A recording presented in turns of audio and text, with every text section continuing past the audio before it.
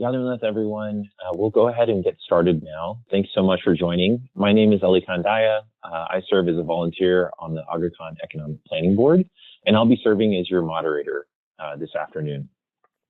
First, I wanted to go ahead and welcome all of you to today's retirement savings session. This is the second webinar. This is something that we do every February, and it's observed as Retirement Savings Month to highlight the need and frankly, the importance for all of us to actively be saving towards retirement. This webinar, as I mentioned, is the second one offered this month. In addition, several regional sessions are also being organized in partnership with our national partners, Charles Schwab, for those Jamaati members who don't currently have a retirement account or would like to start saving for their retirement. I'll also mention that there are tons of resources available on our Ismaili Insight as well as ismaili.org and the AICC Chamber of Commerce website for additional information if you need it. In addition to that, there's also going to be more information available from the regional Ismaili Insight, which comes out every Monday. For today, before we introduce our presenter, who's probably a familiar face for a lot of you, I wanted to just cover a couple of quick housekeeping items. First, we get this question all the time, but just to answer it at the top, and I'll remind people throughout the session that the webinar will be recorded, and we'll be providing a link to the webinar along with a link to a survey for some feedback at the end of the meeting and possibly even during the meeting if we can. The format for today is about 75 minutes with ample time for Q&A. For the Q&A itself, what we're going to encourage everyone to do, and hopefully familiar to most of you, is to use the question and answer or Q&A feature on Zoom, and you'll be able to type in your questions in there live throughout the discussion today. If there is a small team of folks that are dedicated to just responding to those questions live so we don't distract from the conversation. However, I'll also be monitoring that Q&A live, and if there are opportunities to naturally bring this up in the conversation today, I'll go ahead and do that as well. And then last housekeeping item is that we'll cover details about the importance of retirement savings, various types of retirement accounts, investment options, etc. But just wanted to remind everyone that anyone who's seeking individual financial advice, tax advice, should be talking to their own independent professional, and we'll have a slide on that to reiterate that as well. Before we go any further, I did want to take this opportunity to introduce Aga Khan Economic Planning Board Chairman Akbar Punawala. He's going to join us here and just give us a few words. Chairman Saab? Thank you, Muksab Ali Khandaya. Yalimadat, everybody, and glad to be together again, talking about a very important topic today, part 2 of our conversation. I wanted to contextualize the retirement savings plan in a slightly different context for the Jamaat's benefit. Every council term, every national council term, which is generally 3 years, at the end of it, there is a report that is presented to Maulana Hazar Imam that is called the end of term report. Most of the Jamaat knows that. So that provides an update on the status of the Jamaat, the socio-economic status of the Jamaat, the educational status, standing of the Jamaat, and the challenges faced by the Jamaat, etc. Also, it reports on the progress made by the various institutions, National Council, and the various institutions over that 3-year period, the past 3-year period. Based on that end of term report that is presented to the Imam, Maula Bappa provides additional guidance for the future and gives Hidayah guidance on activities that should be pursued that guide the National Council's activities for the coming period. I want to just touch upon very quickly the last mulaqat of the National Council with the Imam in April 2019, when components of all the central institutions are included: progress by Youth and Sports Board, Health Board, Social Welfare Board, Education Board, EPB, etc., are all included in there. The quality of life situation of the Jamaat is reported as well. And in that is reported the level of readiness of the Jamaat to retire from a financial standpoint. We also report a proxy for emergency savings and should an unforeseen situation arise. So essentially, what is reported in that end of term report are key elements to give a background, a context of the standing of the Jamaat at that point in time.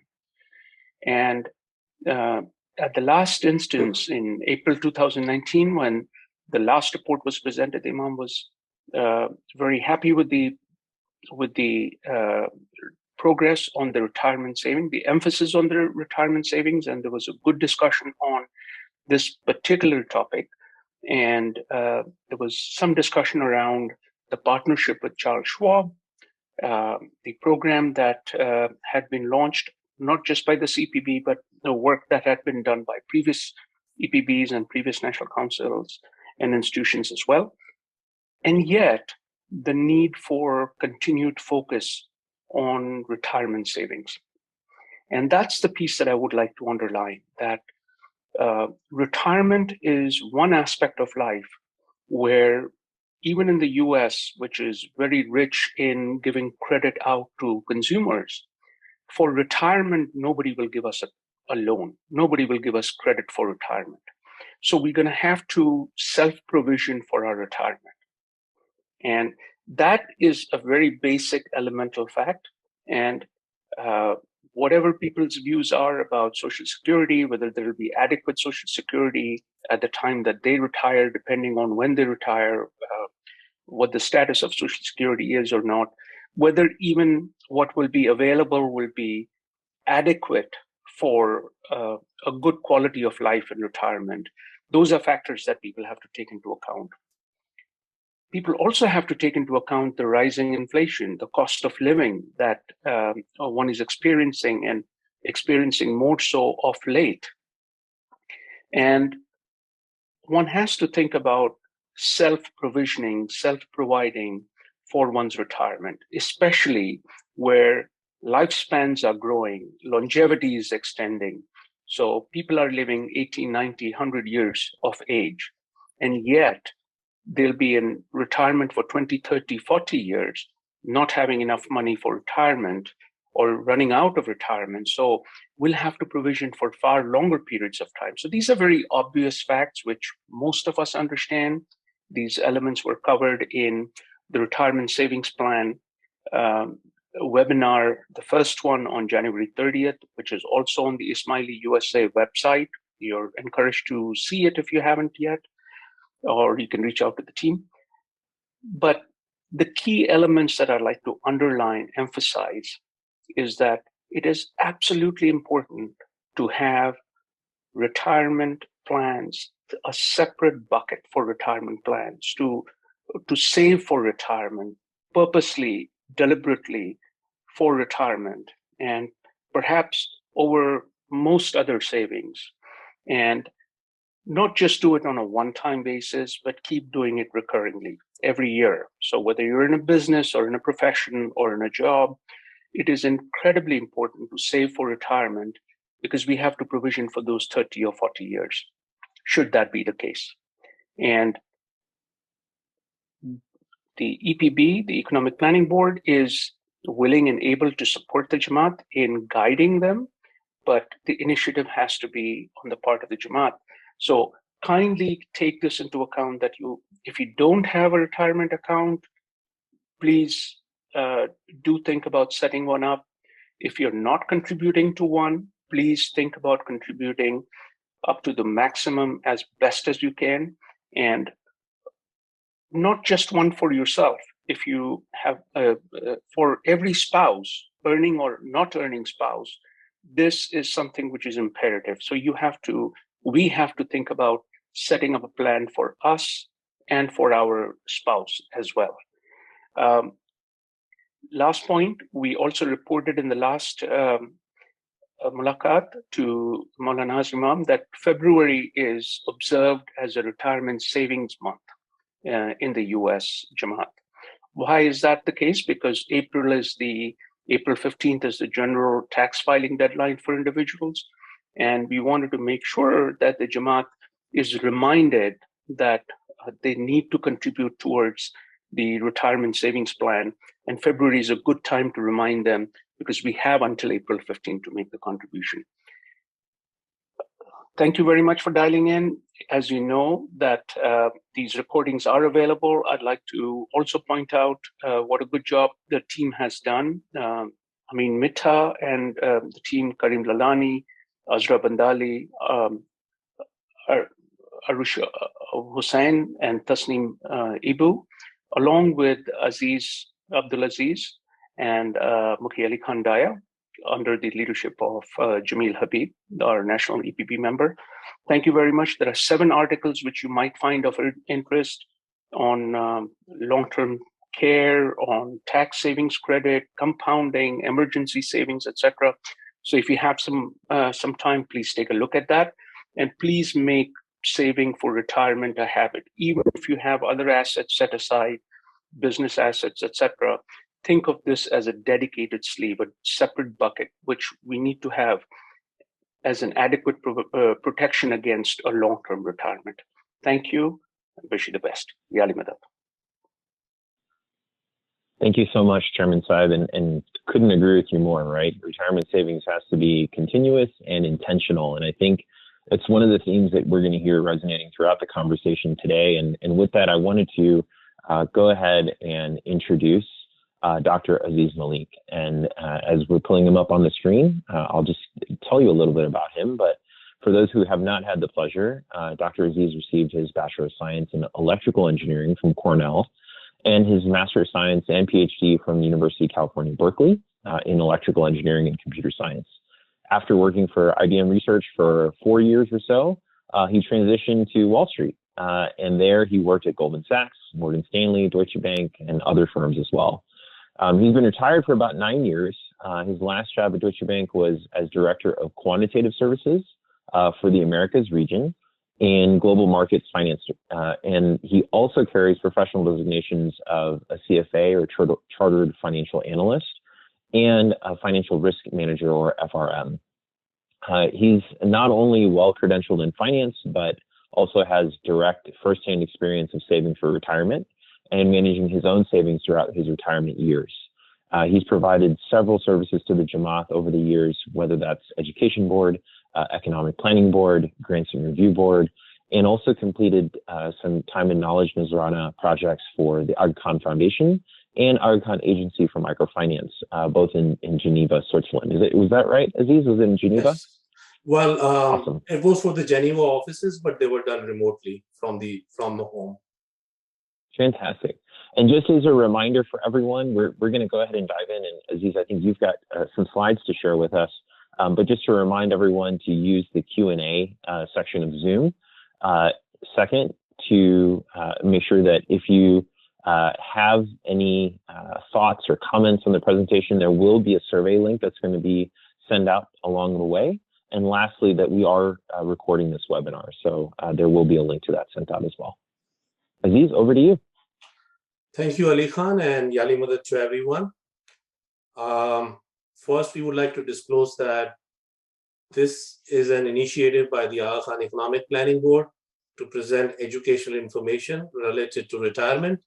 The information provided is not written or intended as specific tax or legal advice.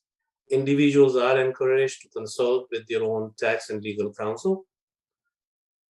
Now let's talk about the retirement. And when you want to save for retirement, the very save and invest for retirement, the very first thing you do is to save, meaning you're saving some money from getting spent out of whatever is coming in the door, whatever is your earnings.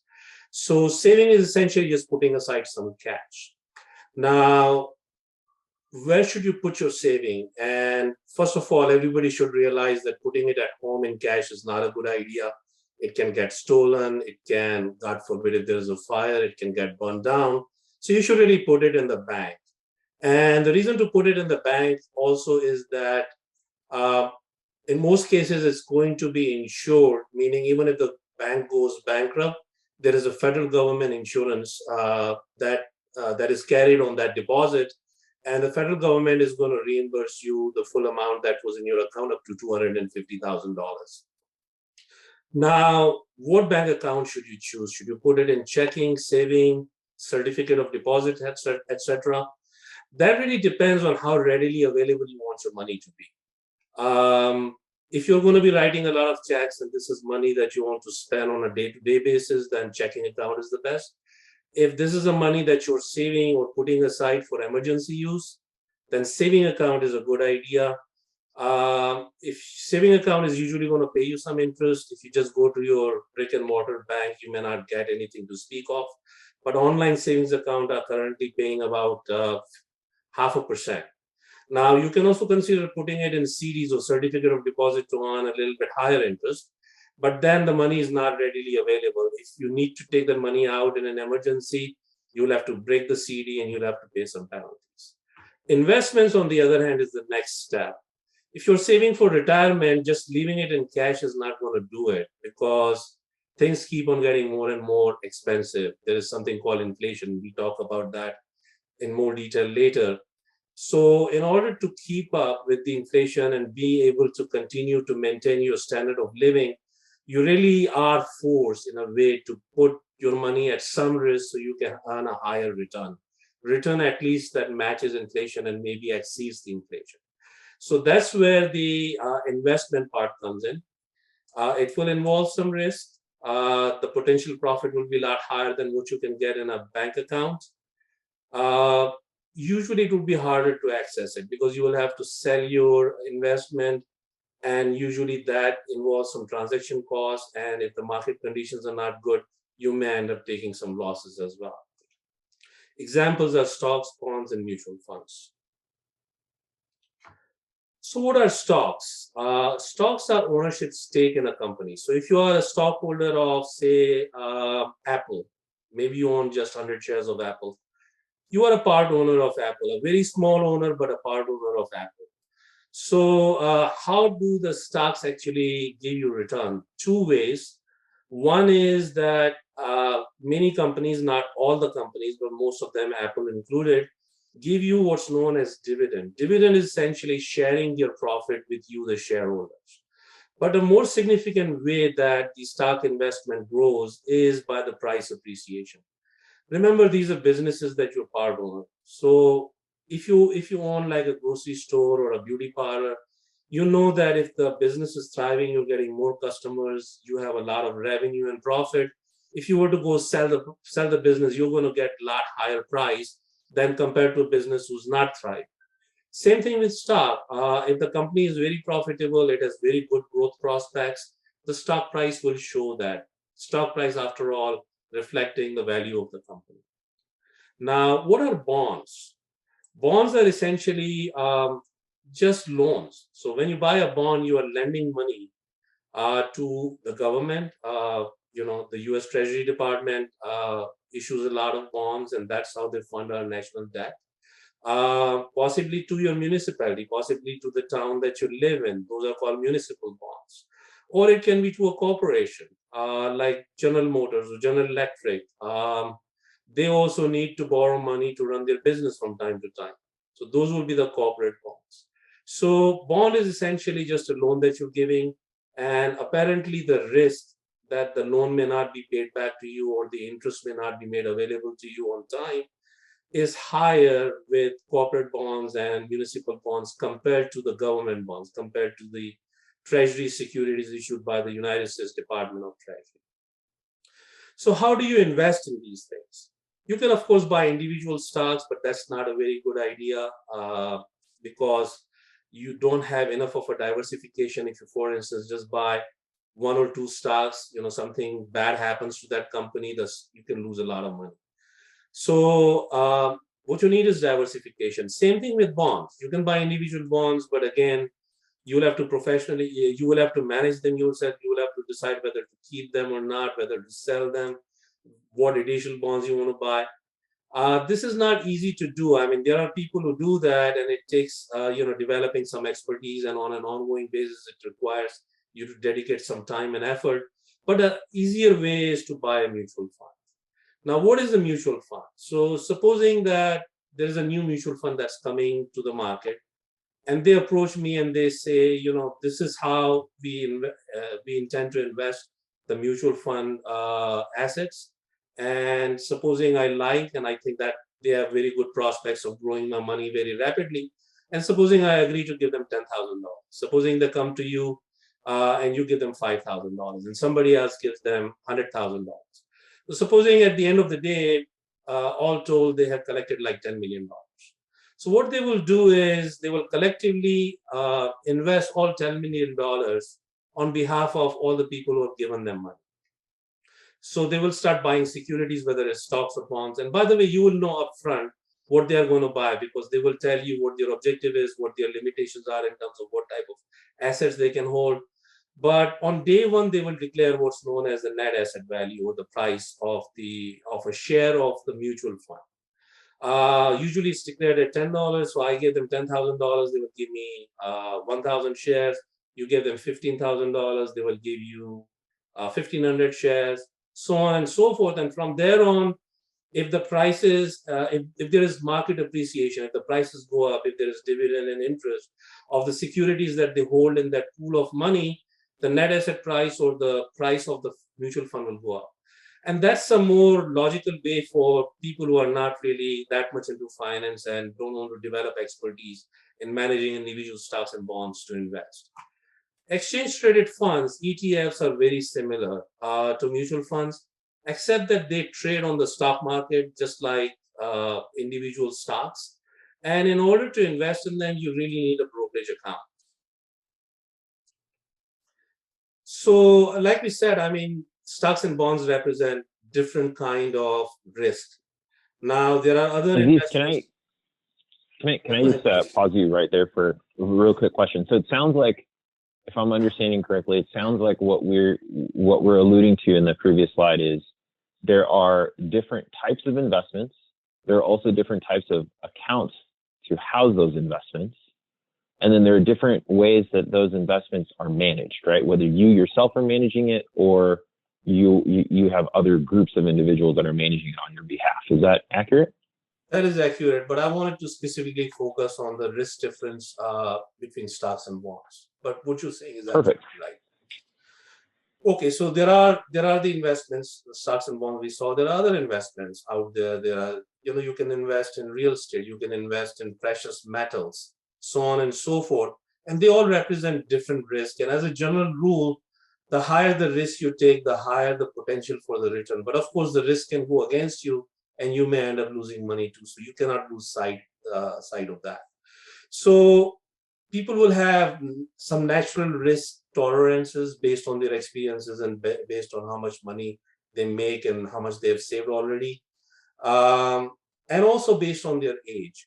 So at the initial years, if you have a good job, you're making good money, and maybe you already have some savings put aside, people will tend to be very aggressive. And in aggressive meaning, they are going to take high risk, put money into higher risk investments like equities, represented here by purple color. Once again, they will pay you a lot higher return in the long run, but in the short run, they can go down and you can potentially lose your money. As the time goes by, most people will have lower and lower risk tolerance. And the reason is that the time horizon before you retire kind of decreases. In the early years, if something goes wrong, you have time to wait it out. You have time to continue to add more money to the investment, which is down temporarily, and there is a higher chance of recovery. But supposing you're already pretty close to retirement, like for instance, you are over here, maybe you're retiring in 5 years or so, your risk tolerance would not be that high. You would not be that much inclined to invest in equities. You would be looking more for safety, and safety is provided mainly by bonds and cash or cash equivalent investments. So let's talk about, how you should put aside your money, or in what buckets you should put aside your money, depending on what your needs are for spending that money. Now, you have essential needs like your fixed costs, like you have to pay your mortgage or the rent, you have to pay your utilities, have to pay property tax, etc. That's the housing expense. You have to put food on the table for yourself and your family. You have to pay for your health care. So these are the essential needs, and for that you cannot afford to put money at risk. Money that is needed in the next 5 years or so should not be in the stock market. That should be coming from like cash accounts and accounts that have invested in bonds and cash equivalents. If you're already in retirement, it could also be coming from Social Security. If you're lucky enough to have the pension, these days more and more firms rely on you to save for yourself in retirement accounts that you fund yourself. In the past, there used to be pension that the companies will give you after working there for so many years. Fewer and fewer companies are doing it, but if you're lucky enough to have that, that money can go into taking care of your essential expenses. Then you have discretionary expenses like travel, hobbies, other. That money can come from stocks. I mean, if the stock market is down 1 year, usually it comes right back like within a year or two. You don't have to take the vacation that year. It's quite easy to just postpone that vacation. Similarly, if things are not great with your investments, maybe you shouldn't spend too much money on entertainment and hobbies that time. Again, just wait it out until market conditions improve, and then you have the funds to do all those things.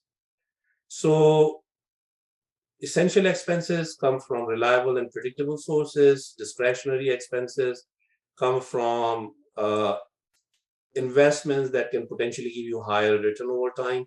And it's not a big deal if temporarily they are down, because you can put a hold on those discretionary expenses.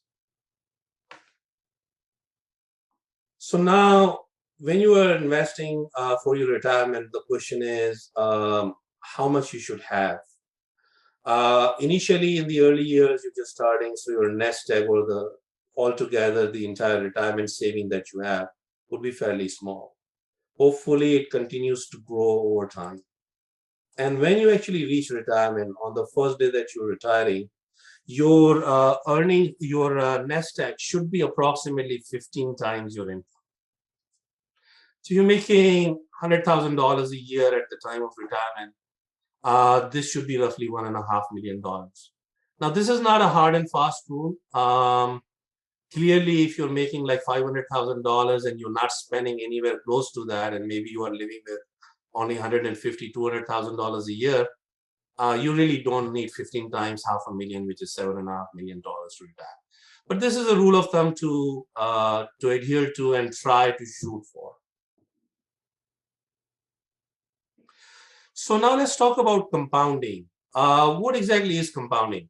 When you're putting aside money and it's growing either because of interest or dividend or because of price appreciation, what happens is that every year the amount of growth that is coming to you is not only based on the contributions you have made in that account, but is also based on all the growth that has come since the first year.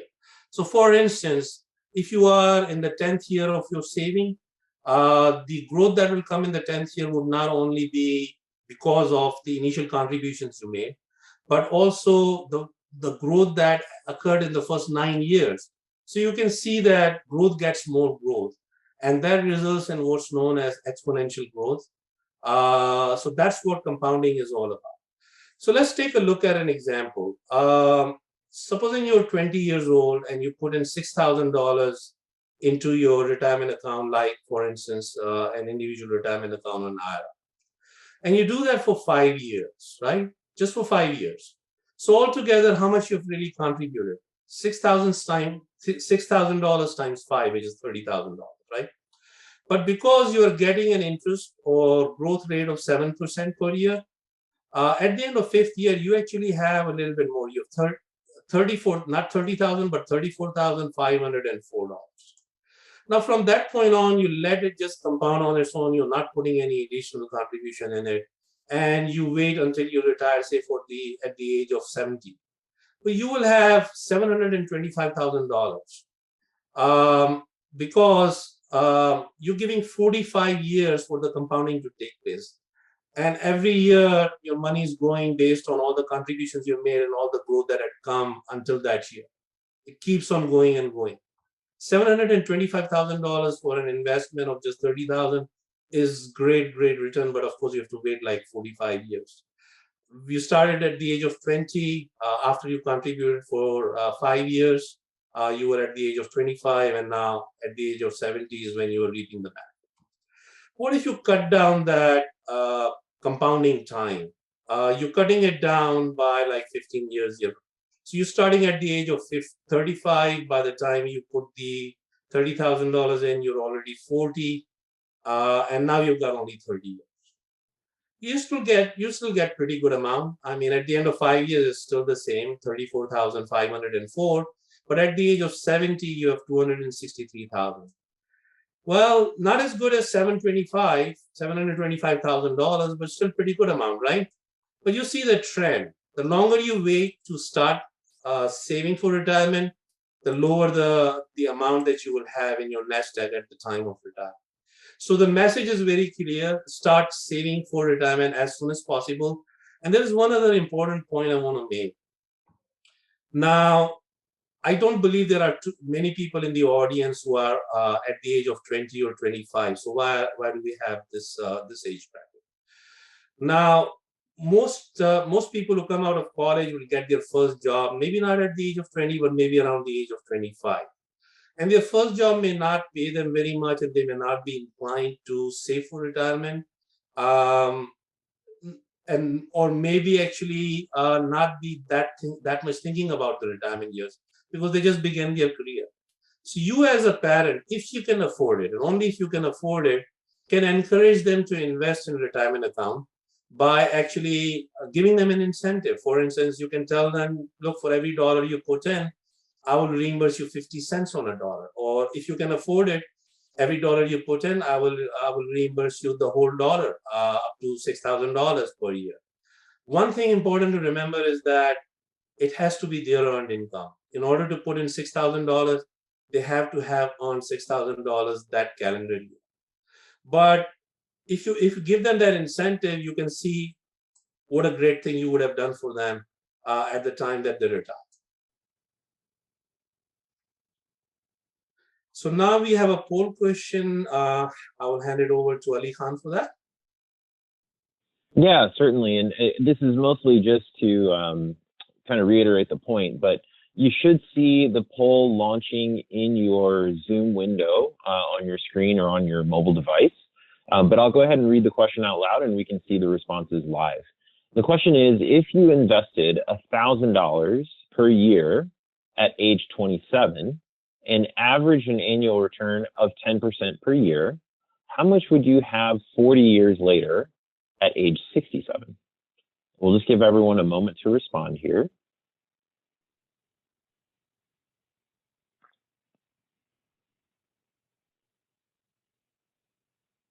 All right, I see people rapidly firing away their answers. I'm wondering if people are also pulling out their calculators here. Seeing a lot of right answers. All right, excellent. Looks like we've got pretty close. Yeah, go ahead. So I'll go ahead and ask that we share the results. And Aziz, if you can share the right answer on your slide. Sure. Okay, so slide is not moving. So I should maybe stop sharing the poll. You can just advance. Yeah, if you just advance to the next slide right now, and I'll go ahead and share the results. I'll have to stop this in order to do that because it looks like it's frozen because of that window. Oh, there we go. There we go. Okay. So the right answer is $450,000, and you see how it kind of rises to that level over the years. So I'm impressed actually. I mean, 81% people got it right. So you really paid attention when we were discussing the effect of compounding. Great, good job. So yeah, $450,000 is the right answer. And if you think about how much you are investing with, at the age of 27, you're starting. At the age of 67 is when you're ending. That's 50 years period. So $1,000 a year, you're just investing $50,000, right? And that $50,000 grows to what? $450,000. Another great example of how power of compounding works. Now let's talk about some of the risks that occur during the retirement. Longevity is one of the risks, and this is a classic risk of anyone retired. I can tell you that from my experience. You always worry, what if I lose my retirement saving? What if this doesn't last long enough, as long as it's needed? So that's a very classic fear. And of course, the way to solve that is have plenty for retirement. Like we gave you a rule of thumb about uh, 15 times your annual earning at the time of retirement. And also be very careful with how you withdraw. Uh, Keep an eye on how much you have left every year as you're withdrawing money, so it continues to last you. And if you get too worried about it, you always have the option of downsizing, maybe moving to a state that doesn't have any state income tax, and the cost of living is lower if you're currently living in a more expensive state.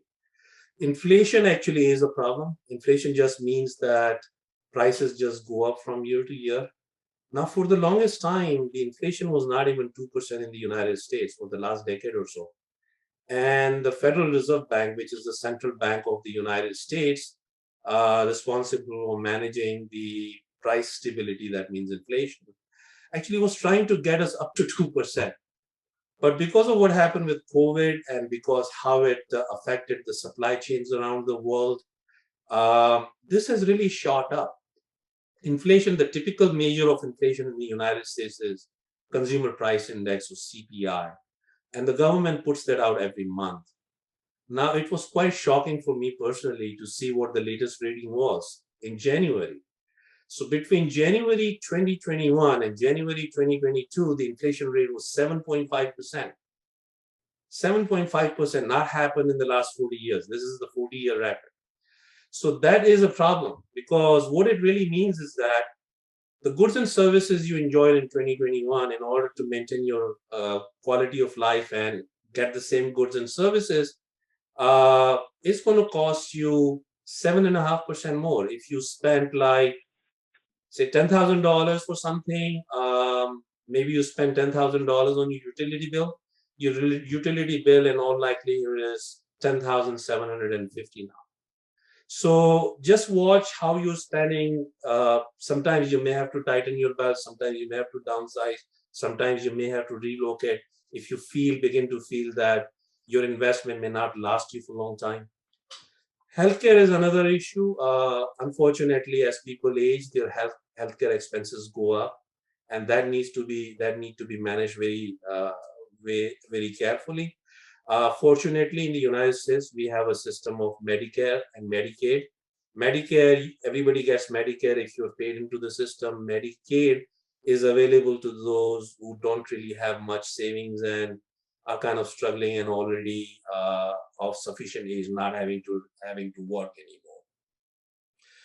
Asset allocation is a little bit of a wild card, depending on what your assets are in, and market may go up or down. If you're shooting for higher return, if you have money in stocks and real estate and precious metals, there may be times when the market is down. So the key to managing that is have some money in cash. And it's not a bad idea while you are in retirement to think how much expenses you're going to need for like 3 to 5 years, maybe let's say 3 years. Make sure you have 3 years in cash. Every year as you spend, take some more money out of your stocks and bonds and put that into cash to maintain that 3-year buffer for yourself. But supposing in a year we run into a very bad market situation, now you have a 2 more year of buffer there. You can wait it out. That year you don't have to withdraw money from your stocks and bonds. You can continue to spend the cash that you put aside. And usually the market doesn't stay down for too long. In 2 years or so, it usually comes back up. Withdrawals, we already talked about it. Inflation may force your hand if you want to maintain your quality of life from year to year. But again, you don't have to. If you cannot afford to, downsizing is an option. Relocation is an option. So you already talked about what's the longevity risk. Living far longer than your money will last. That's the longevity risk. So average male expectancy in the United States is 65 years. For a person who's currently 65 years is up to the age 84 or 19 years after that. And for women at the age of 65 is 86.5 years. So 21.6 years. But understand that these are the average or expected values. And about 50% of the people are going to live longer than that, and 50% of the people are going to live shorter than that time. What if you are lucky enough or unlucky enough, depending on your perspective, because quality of life may not be that great? What if you are in the situation where you live to be 92 or 93 years old, and maybe your money doesn't last that long? So that's the longevity risk. Fortunately, there are safety nets provided by the government. There is Medicare. There is supplemental social income. There are things there that can help you out in that situation if you've done your job, so that at least the early parts of your retirement you lived well and you enjoyed life. Now, when it comes to healthcare, you also have to think about long-term care. That means there comes a time in your life when you're not able to take care of yourself. You need assistance. That's called assisted living too. And there are two reasons for that. One is there is an acute condition. Something happened all of a sudden and you lost your ability. God forbid it was an accident, you became disabled. Or it's a very bad disease and gradually you're losing your capability little by little. And it can be a chronic disease too, which is gradually getting worse, but not all of a sudden and not very rapidly. But it is definitely inhibiting you from performing the daily life functions, like dementia, like stroke, Alzheimer, etc. So you will then need to check into a long-term care, and the cost is quite high actually. $290 per day for a private home and a nursing home. Semi-private will cost you $255, little bit of a break, but not that much. All the way down to at least $74 per day for services in an adult daycare center. So what should you do? How should you prepare yourself? One possibility is you buy long-term care. Now, long-term care premium will be lower the sooner you begin, but be aware of one very important risk with that. Supposing the long-term care premium is like $5,000 a year. You lock that in, you're happy, and $5,000 is something you can easily support. You have a good job. What happens when you retire and the income stops coming in the door? Would you still be able to pay that $5,000? What if you are in retirement and now you are spending out your saving and you see that saving dwindling? Will you continue to be able to pay that $5,000? If at any time you get to a point where you are not able to pay, unfortunately, all the money that you have paid is basically not beneficial to you. Still protected you until that point if you had needed long-term care, but not any further than that. Typically, people need long-term care after the age of 80. So be mindful of that if you buy that. Another possibility is just continue to save very aggressively for your retirement if you can do that. But it's a personal decision. You can weigh pros and cons for yourself and make a decision. Medicare, that's the healthcare system provided by the government. While we are working, we all pay. If you look at your paycheck, you're probably aware you pay FICA, which is Social Security, and then you pay Medicare from your paycheck. And the same amount that you pay, your employer pays that too. So you will reap the benefit of that at the age of 65. And just be careful to apply really the 6 months before, from 6 months before the age of 65 to 6 months after the age of 65. Because if you miss that window, there is a penalty for enrolling late, and that penalty stays with you throughout the rest of your life. So apply on time. You will be able to get benefits from the government. Many doctors and hospitals do accept Medicare, but not all.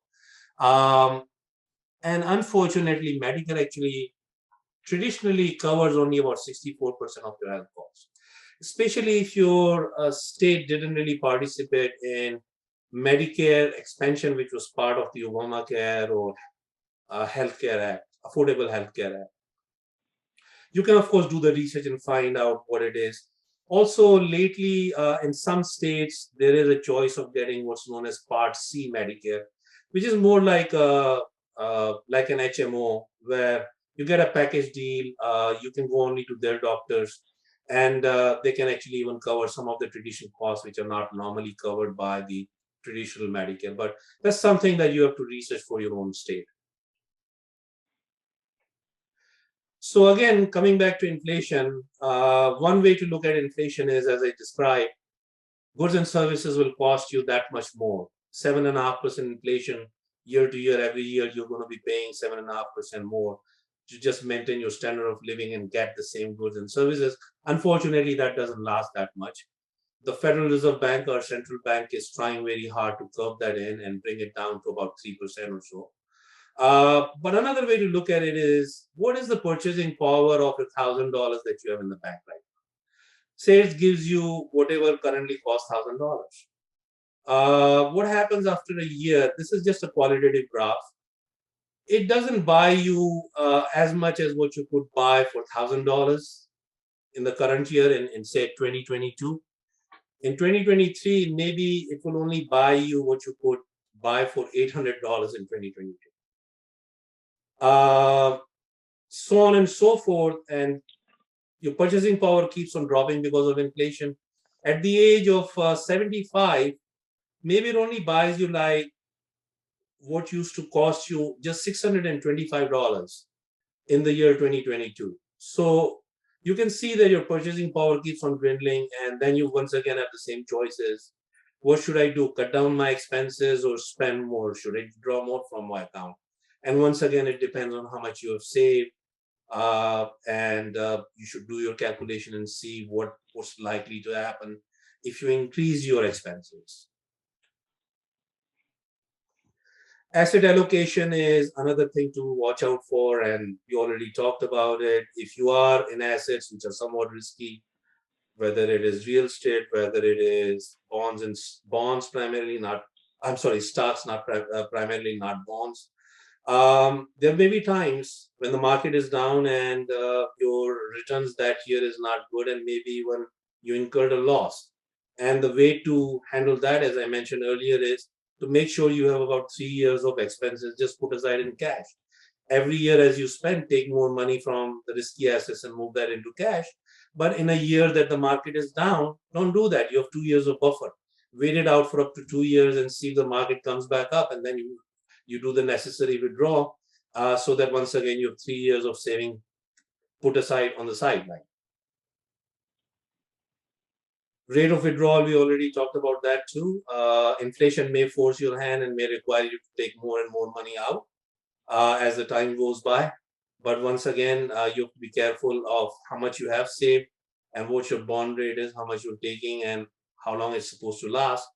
And there again, the same choices: cut down expenses, relocate, scale down, or maybe do a combination of that with increasing it a little bit, but not as much as the inflation rate.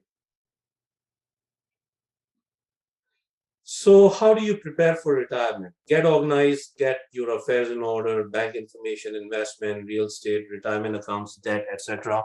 You should know what you have, and some family members should also know what you have and how to access it. You should well document all your financial assets and how to access them. Another thing you can do is you can do what's known as titling or designation of beneficiaries. Your important accounts, you should put up your spouse as the beneficiary, maybe as a primary beneficiary, and your adult children as a secondary beneficiary, or even your non-adult children. You establish directives, have an up-to-date will. One important thing I want to mention is that if you're doing both, you're doing will, and you're also doing titling, meaning specifying beneficiaries, guess which is going to take precedence. This is counterintuitive, but titling is going to take precedence. Designation of beneficiary is going to, how it's going to work out, even if your will says otherwise. Have an up-to-date health directive. That's telling the hospital that, look, if you cannot talk to me because, God forbid, I'm in a medical condition where I cannot speak and I cannot really express my own desire, or maybe I'm not mentally capable of doing it, I'm telling you in advance, this is how I want to be treated. God forbid, if I need ventilators, should you put me on ventilator, or should you just let me just be and see if I survive on my own. There is another document similar to the health directive, which is known as durable power of attorney, health durable power of attorney. You can designate somebody that you trust, most likely your spouse or very close member of the family, who can actually make that decision on your part. That's another document you can have. You keep on updating your beneficiaries as things around you are changing, as your family composition is changing. Maybe your grandchildren, maybe, God forbid, there was a death in the family. So you have to stay on top of your beneficiaries and update them every day. Now, having a good life in retirement is not just about finances and saving for retirement wealth. It's also about your emotional preparation. It's about engaging in activities that you enjoy, that keep you away from depression, that make your life exciting for you. You should exercise to stay fit so that your healthcare doesn't become a problem for yourself and possibly for your family. You should take part in hobbies. It's kind of boring to just stay at home and do nothing the whole day in your retirement. You can volunteer. It always is a good feeling to help others. And of course, part-time work is an option. You can go in and out of part-time. You can work part-time and for a few months, and then if you want to once again be retired full-time, just give up that job, enjoy staying at home for 6 months, traveling, whatever, and maybe go back to part-time work after that. So how should you start? What should you do? Like Ali Khan mentioned earlier, there are various types of accounts and you can manage them yourself or you can have professionals manage them. And those are all the choices for you. You can open an account with a variety of financial institutions. Some of them are listed over here, but this is by no means an exhaustive list. Your account can be self-managed, where you are making a decision as to what stocks and bonds to buy, or at the minimum, what mutual funds to invest in, and whether to stay with those mutual funds or go in and out of them. You can have a managed account where if this is not your thing and you don't want to be bothered by it, you can give somebody some professional authorization to manage your account, but be aware that there have been abuses in that area. So maybe managed account may not be that great an idea compared to just educating yourself a little bit about mutual funds and then deciding what mutual fund to invest in. One typical abuse that exists in this area is that your account manager may not be acting in your best interest, but in his or her own. And in the past, they used to buy and sell just for the sake of generating commissions for themselves. So that can happen in managed accounts. So be very careful. If you want to go with managed account, at least learn enough to watch how it is being managed and if you are being taken advantage of. Very important. You can have a fee, and of course, managed account will have significant fee. Self-managed accounts don't tend to have much of a fee. There would be a yearly fee that you will pay to the mutual fund company that you are invested in, and possibly also to the brokerage house where you are carrying your managed account. So if you need help opening the accounts, the RSP is still going on. This is still February. We have 10 days left. And there are some other opportunities for local webinars where there will be some handholding available to you for opening your accounts with Charles Schwab, for instance, which Al Khan Economic Planning Board has partnered with. Again, 20th is today, but look, 1, 2, 3, 4 webinars and opportunities to open account or get handholding for opening the accounts is still there. You can contact the National AKEPB Retirement Savings Program team at rsp.epb.usa@gmail. And you should be able to get the assistance that you need. So in summary, you can be eligible for certain retirement savings account like IRA, 401k. We didn't talk about them in detail because this was covered in detail in the first session of this program. Today's part 2, it was covered in part 1. So you will have these accounts available to you based on your job and annual gross income. Traditional IRA is funded with pre-tax dollars, meaning whatever money you pay, you put into the traditional IRA, you may not have to pay income tax on it. That may be exempted from income tax depending on your income. If your income is quite high, unfortunately, you don't get that tax. Limit is $6,000 if you are 50 years or under. If you are over the age of 50 years, you can put in an additional $1,000 for a total contribution of $7,000. Bear in mind that these limits apply to all of your IRAs collectively, not to each account. So if you have a few Roth IRAs, Roth IRA is another one where you don't get the tax deduction, but at the end, at the back end, when you withdraw the money, all of it comes out completely tax-free. So these limits are for all of the IRA accounts together, Roth or traditional. 401k is a retirement plan offered by your employer and primarily funded by employees' paycheck deductions. Employees can usually choose between traditional and Roth. The same flavor of traditional and Roth, which is available to you in IRA, is also available to you in your 401k. Most of the time, almost all the employers these days make both flavors available to employees. Employers, on top of that, employers may offer a matching contribution. And in addition to that, they may just put some money in whether the employee is contributing anything at all. So 401k employee contribution limit, and these are only employee contribution limit, employer can contribute on top of that. If you are at the age of 50 or if you are under the age of 50, you can contribute up to $20,500 during 2022. If you are at the age of 50 or over, you can contribute an additional $6,500 for a total of $27,000. You may be eligible for what's known as a saver's tax credit that applies to you if you put money into IRAs or 401k or other employer-provided accounts. But there is a catch. Your income has to be fairly low. I think it's about $41,000 for a couple. If your income is that low and you're still saving for retirement, the government will like to reimburse you part of what you're saving. And it's not a whole lot. It's essentially just the limit is $2,000 for married filing jointly.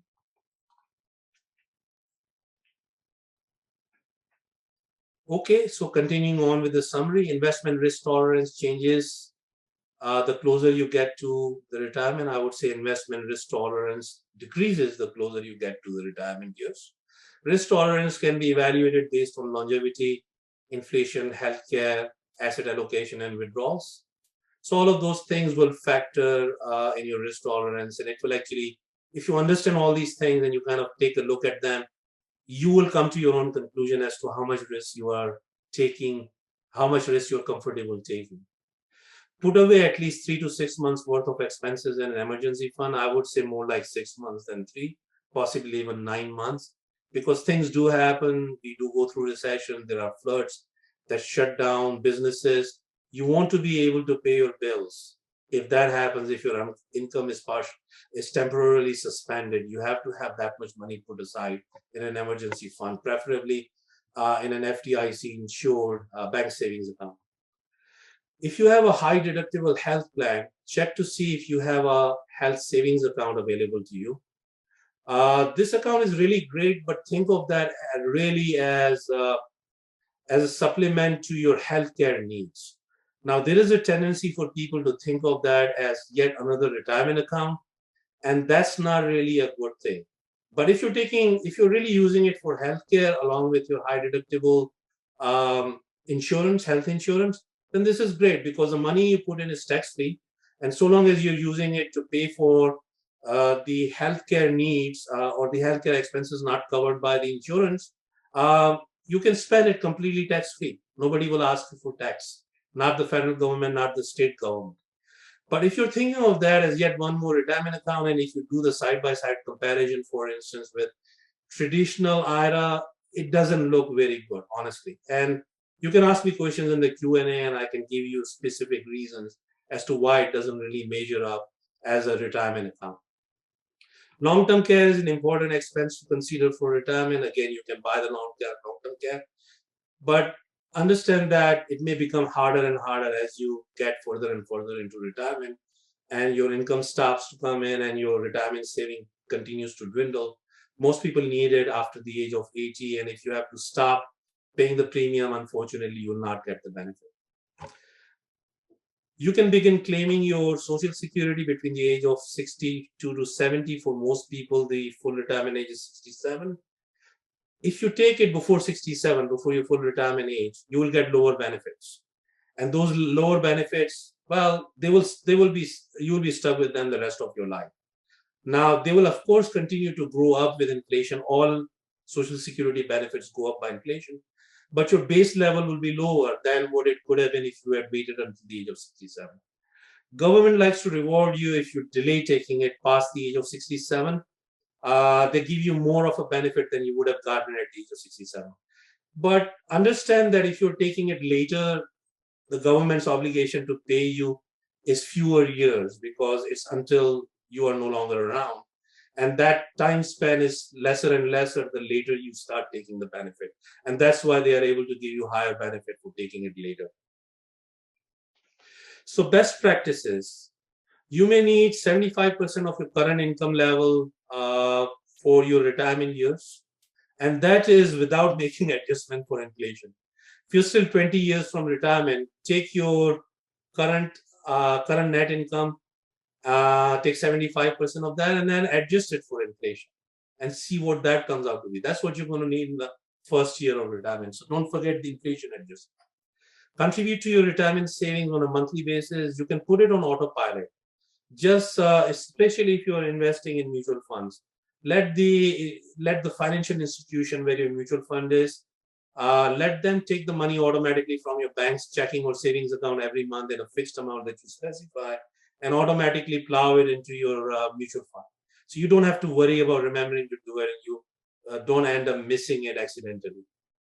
Schedule time to review your retirement budget and goals bi-monthly, every 2 months.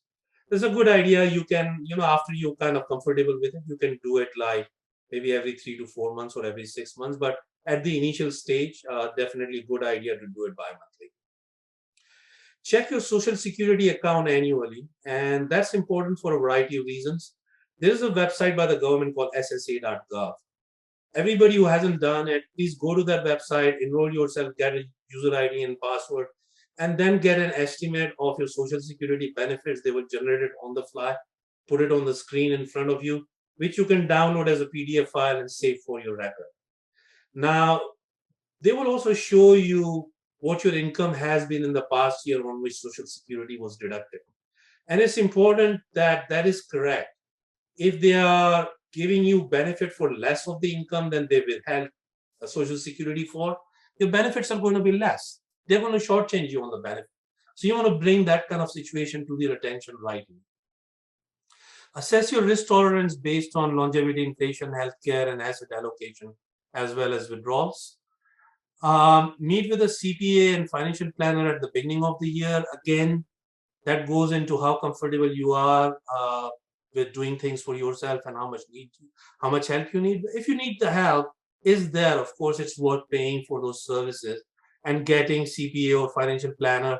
But please do very good research, read the reviews, check with the regulatory agencies as to whether or not the financial advisor that you're thinking of going with has had any consumer complaints against him or her. Review your account and assess if you need to rebalance and reallocate your investment to perform better. That's a good idea to do also. If you have old retirement accounts, like, you're working for some company and 5 years back, you left that job and got another job. Maybe you left your 401k there. What should you do with that 401k? They are not going to close it. They are required by law to maintain it and provide you customer service on that. But maybe you're better off just rolling it into an IRA because it's better and it's in your better control. You have better control over that. And usually the fees that you pay in an IRA are somewhat less than the fees that you are paying in 401k. Add beneficiaries to your account, maintain them like you mentioned earlier. Family composition can change. So stay on top of that every year, review them and make sure you make the adjustments. Ensure that you have a will and review it every 3 to 5 years. Ensure your spouse and their own retirement accounts. And understand that your spouse doesn't have to have income of themselves to have an individual retirement account. Each of you can put in $6,000, and depending on the age, maybe an additional $1,000 each. All you really need to cover, say, supposing both of you are putting in 7,000 each, that's 14,000. All you need to be able to do that is technically just have $14,000 of earned income. And earned income meaning income you get paid for working, like wages, commissions, etc., not investment income, not the rental income, unless you claim to be a full-time landlord. Okay. So that's pretty much what we have, and it's back over to Ali Khan. Awesome. Thank you so much, Aziz. I mean, I know you covered quite a bit there. We've got a ton of questions, and I've just been slowly kind of writing them down, compiling them, trying to organize them a little bit. Before we jump into that, I did want to first remind everyone, yes, this is being recorded. We will be sending out the link to the recording by email. Secondly, you'll see a URL on your screen, and there's also a clickable link in the chat. That is a link to our survey. I mentioned this at the beginning of our session, but we're always looking for feedback on how to improve this session. Please take a moment. It literally takes 30 seconds. There's only a handful of questions there, but you're welcome to fill out that survey in real time as we start doing the Q&A now. And I'll just jump right in, Aziz, if that's okay with you. Absolutely. All right, awesome. So I tried to organize these kind of as they're coming in, but there are a couple of questions that are about specific retirement tools, like particular types of accounts, sure. Such as 401ks, HSAs, and then we also have some specific accounts on investment strategies. For the ones on investment strategies, and should I be investing in? I'm just going to use one of the examples here, but should I be investing in A versus B, right? Any of those types of evaluative conversations. I will tell you that those are really going to be very specific to each individual situation. It's probably the best, just as we recommended at the top of the session, for those who have individual questions specific to your situation, to talk to their own personal financial consultant or tax advisor or tax consultant to get the best advice. Anything that we provide here is going to be fairly generic. And if you're looking for something that's really specific and catered to you, that would be your best avenue. So with that, let's jump right in. The first one is, really about, and I'll try to cover a couple things that I think we may have kind of passed over, just to kind of make sure we hit everything. But there is a question about somebody who switches employers, right? So we talked about the different types of accounts, retirement savings accounts that are available through, say, your current employer. But what are some of the options that are available to you when you say switch employers? Okay. If the employer is offering you a 401k in the new place and you have one in the old place, that's great. Just initially at least leave the 401k with the old employer there and start contributing to the new employer, depending on when the new employer allows you to contribute. And the great news about that is the limits are separate. So the $26,000, $27,000 now limit of contribution per employee in a 401k applies to each employer now. So long as the employers are not affiliated, so long as one is not a subsidiary of other, or the two are not siblings under a bigger parent or something. So long as they are totally disjoint jobs, you were working for General Motors and now you're working for Chrysler, perfectly fine. You are allowed to put in that much money. So whatever opportunity you are getting at the employer in regards to being able to save for retirement, please take as much advantage as you possibly can. Excellent. I think that actually hit my next question as well, which was, is it worth it to maximize your employee matching? And kind of the general rule of thumb that let me know if you disagree is, that's potentially money you're leaving on the table, right? Absolutely. That's exactly what I was going to say. If you're not doing, you're not contributing as much as you need to get the full matching benefit from your employer, you're leaving money on the table. That money is not going to come to you in the long, after that year passes. Excellent. Yeah. And I think, Chairman Saib said it best at the top of our session, that nobody gives you a loan in retirement, right? No one gives you a loan and I would retire. like to add one more. That's sometime back, I used to give presentation on college savings too. And I used to tell people there is no scholarship for retirement either. That's right. Excellent. So the next kind of question, somewhat related, is we have a few folks in the audience who have asked. I'm a little bit later in my kind of career. So this, one person said that they're 50, one person said that they're 55, both earning a decent income, but have not really started on their retirement. Right now, I know that you mentioned on the compounding slide, like the best time to start planning for your retirement is now. But I'm curious if you could just take a moment talking about some of the additional opportunities that are available for those that are above, I think it's 50 or 55 now is the catch-up period. I would say start now, because understand that you're not going to spend your entire nest egg the first day of retirement. I mean, the retirement has to last you, hopefully like 20, 25 years, maybe even longer. So there is still room for you to invest in assets that can pay you higher return at the expense of taking higher risk. So long as you make sure that you're putting like about 3 years of money into strict cash. So certainly, it would have been better if it started much earlier. But even at this late stage, if you have a 401k at work, you start investing in it. Your risk tolerance would be a lot lower now. You're not going to throw all of your contributions into stocks anymore. Maybe a balanced fund that invests in both stocks and bonds. Or if there are separate options available to you for investing in stocks and bonds. My rule of thumb is you can possibly, for most people, you can possibly push 100% of your investment in stocks up to the age of 30. But after the age of 30, you should move 1% every year over to bonds and cash and leave the rest in stock.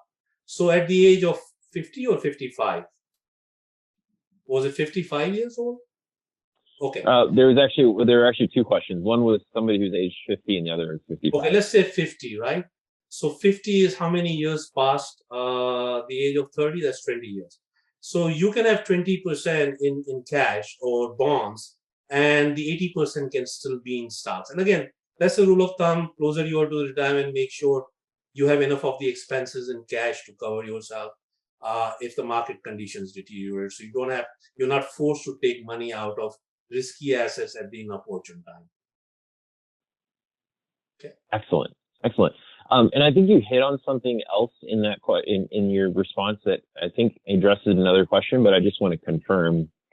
And there seems to be a little bit of confusion with a handful of folks in the audience around, when you do decide that you're retiring, right? Whether that's age 65, 67, 72, or whatever, there seems to be this assumption that you have to take everything out at that time. And I believe that that's actually not true, right? I wouldn't do that at all. You're not required to do that, and it's really detrimental for your retirement savings. So only take each year that you need to spend. And when I'm talking about putting aside in cash can still stay within your retirement account. If you have a Roth IRA or your traditional IRA, you will see options in that for things like money market account, or if you really want to be very safe, government money market account, which only invests in US Treasury securities, will not pay you much interest, but it will be safe in cash and it will not go up and down with market fluctuation. But please don't take anything more than what you really need to.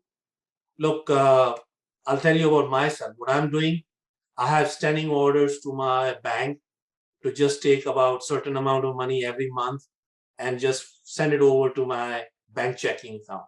I don't want to take next month's money this month because it's sitting there in my Roth IRA and it's earning interest. So, and earning interest tax-free. So I would like to keep it there.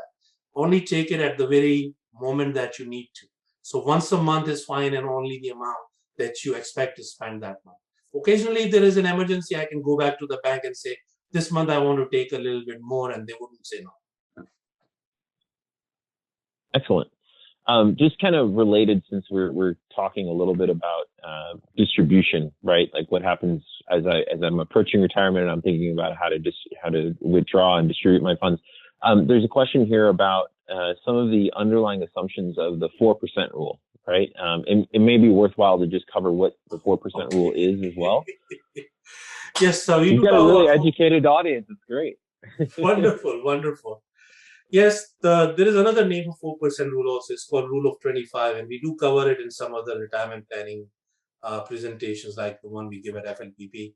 So basically what Rule of 25 or 4% rule says is that if you can estimate reasonably well what your expenses will be in the first year of retirement, your nest egg at the time that you retire needs to be 25 times that. Again, when you're estimating that, you're factoring in a lot of things. You're factoring in inflation, you're factoring in how much money will come from Social Security and will not have to come from your retirement. You are factoring in your tax liability at that time. All of that factored in, you come up with an assumption that it's going to be $40,000 a year. 25 times that, $1 million. So your nest egg should be $1 million. And associated with it, the rule is that in the first year of retirement, you can take 4% out. All right.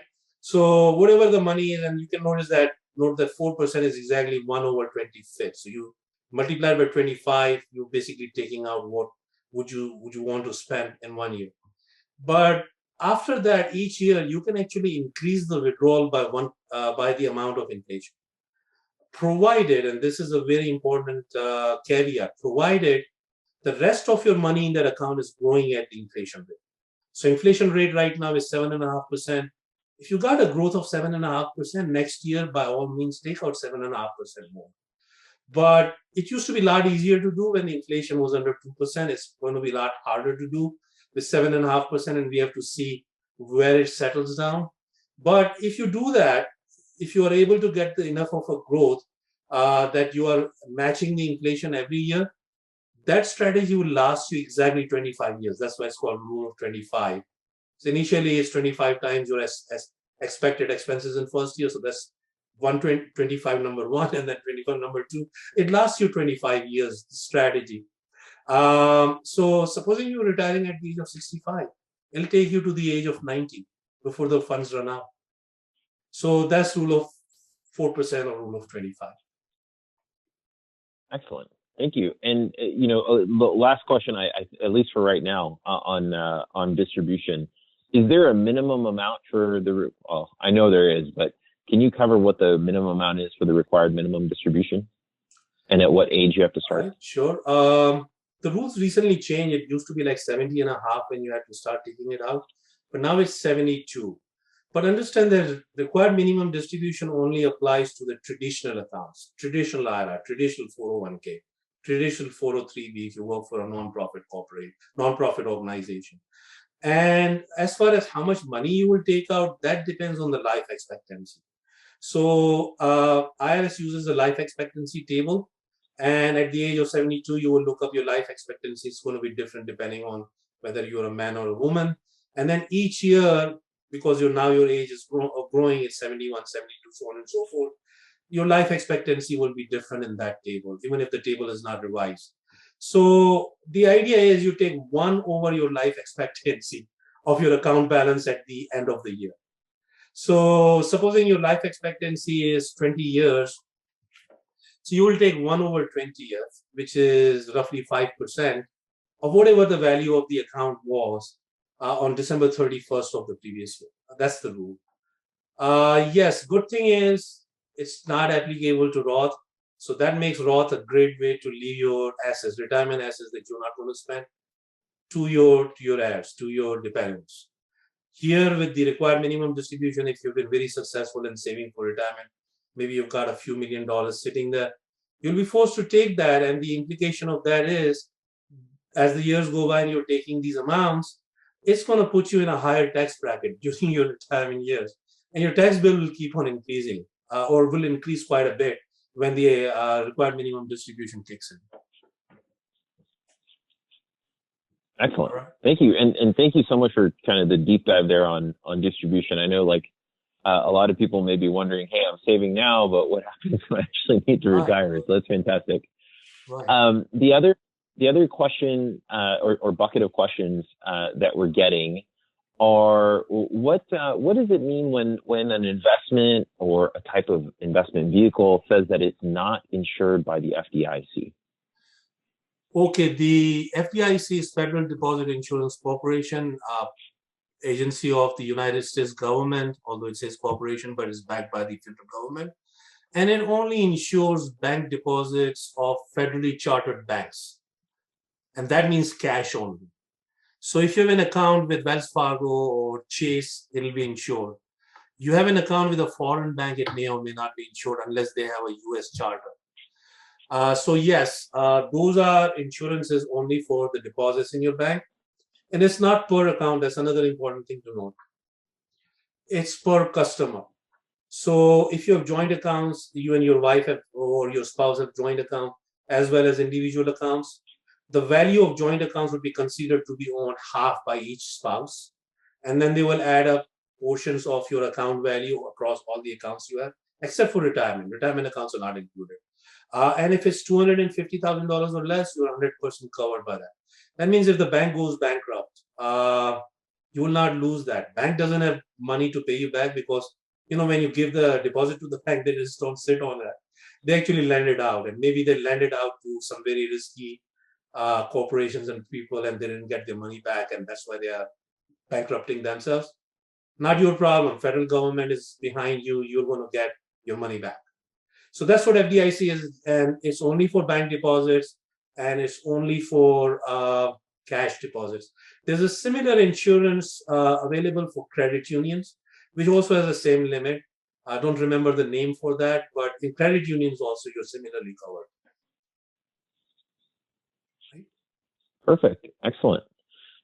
So we're starting to kind of wind down here on the questions. We'll probably have time for one or two more, but just another reminder, the survey link is posted here on the slide, and we've also sent the link out in the chat. Feel free to go ahead and click on the link, take the survey. It literally just asks for a little bit of information about your region, your age group, and then just a handful of very quick questions about how you like the session. Should take no longer than, I would say, 30 seconds to a minute to complete. So just a reminder to do that so we can continue to offer you the best information that's most beneficial to you. I'll move on here just a little bit, Aziz, kind of shaking it up a little bit, but there are a couple of questions on HSA accounts specifically, right? And I know in the presentation you'd alluded to how an HSA should be used and some of the risks of using it or treating it like I think you called it a retirement account. So I'm just curious if there are ways to think about being strategic about how you use your HSA account. Another question is, can you make investments through your HSA account as well? Right. So HSA account is similar to retirement accounts, but the purpose is very different. Purpose is you have a high deductible insurance. And again, there are limits that the IRS specifies for those deductibles. Your medical insurance actually has to have a deductible of annual deductible of $14,000 for the individual and $28,000 for the family. Only then, if you have these limits or higher limits, you will be eligible to have an HSA account. Not everybody can. And there is an additional condition. Your out-of-pocket total per year should be no less than $7,050 for individual or $14,100 for the family. So supposing you meet these conditions, and the idea really is people who are very healthy and feel they will need healthcare very rarely and they are not too worried about it. Or maybe you are in a position where your employer doesn't offer it, you have to buy it on the exchange.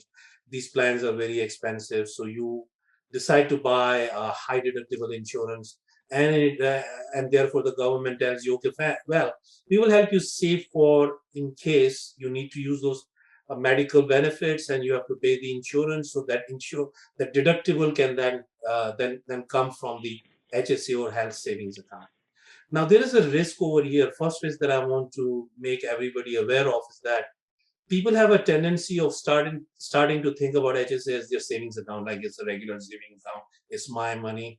And then they have a hesitation to go to the doctor or go to the emergency room. And that's a very bad thing, because psychologically you're thinking, I have a severe pain in my abdomen. Let me take a pill, maybe it'll be fine. So first day, maybe it's okay to do that. Next day, it's even more severe. And you don't want to go to the emergency room still. And because in the back of your mind, you're thinking, emergency room, and God forbid they hospitalize me, and that's going to be a few $1,000s of expense. and maybe I'll have to pay the full deductible for that, and my account balance will reduce quite a bit. It's my saving, so much of my saving will go. Please don't do that. If you're following this strategy, your health comes first. Remember, health first, then wealth. Okay, in that order. So it's important that you get the medical assistance that you need right away. Second thing is, people say, the balance is growing every year. I'm allowed to put in $3,650 for 2022 if I'm the only one covered, and if I'm covering my family, my spouse and children, or maybe just my spouse, I'm allowed to put in $7,300 per year, and the money rolls over. So whatever money is unspent, it rolls over. If at some point I move away from the high deductible account, no problem. I may not be eligible to put in more money, but the account stays open. I can still take money out and spend on medical expenses. So this is for medical expenses that your insurance is not covering, eligible medical expenses. And when they come out, it's beautiful. It went into your account tax-free and it's coming out tax-free. So you're getting tax benefit at both end, front end and the back end. But now you start thinking, I've got this money. I mean, maybe I can be a little bit more careful, and I've got this 401k, but maybe this can be a supplement to that. Not a great idea, because you compare it with, say, traditional IRA account, right? So the rule is that if you spend it for anything else before the age of 65, you will not only have to pay tax on everything you withdraw, but you have to pay 20% penalty. Compare it with traditional IRA. There, the age limit is 59. After the age of 59, you can take it out and you will just have to pay tax, similar to what you do with HSA after the age of 65. Prior to 59 and a half, if you take the money out for any reason, there are some specific reasons specified in the tax code where you can take out the money and use that without paying penalty. You'll still have to pay tax on it. Example is first-time home buyer. $10,000 you want to put down on your home deposit. Deposit on your home. Or you're unemployed and you don't have money to pay your medical insurance premiums. You can use that IRA money, and if you come out, you pay tax on it, no penalty. And if you pay the penalty, it's not 20% with IRA, it's only 10%, it's half as much.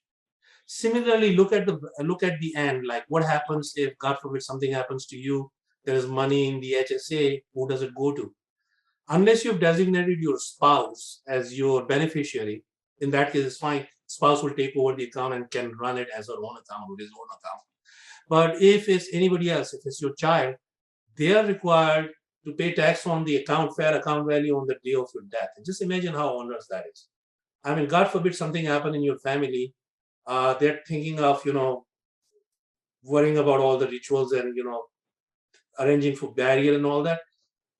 Dealing with HSA is the last thing on your mind. And supposing money is invested in stocks to a large degree or to some degree, and stock market goes down as it has been going down right now, they will still have to pay tax on the fair market value of at the close of business on the day that you passed away. And now they have a lot less money to pay. And then all of that money, supposing they have $300,000 in the account, all the $300,000 gets added to the beneficiary's regular income, and that just kicks them way up into the tax bracket.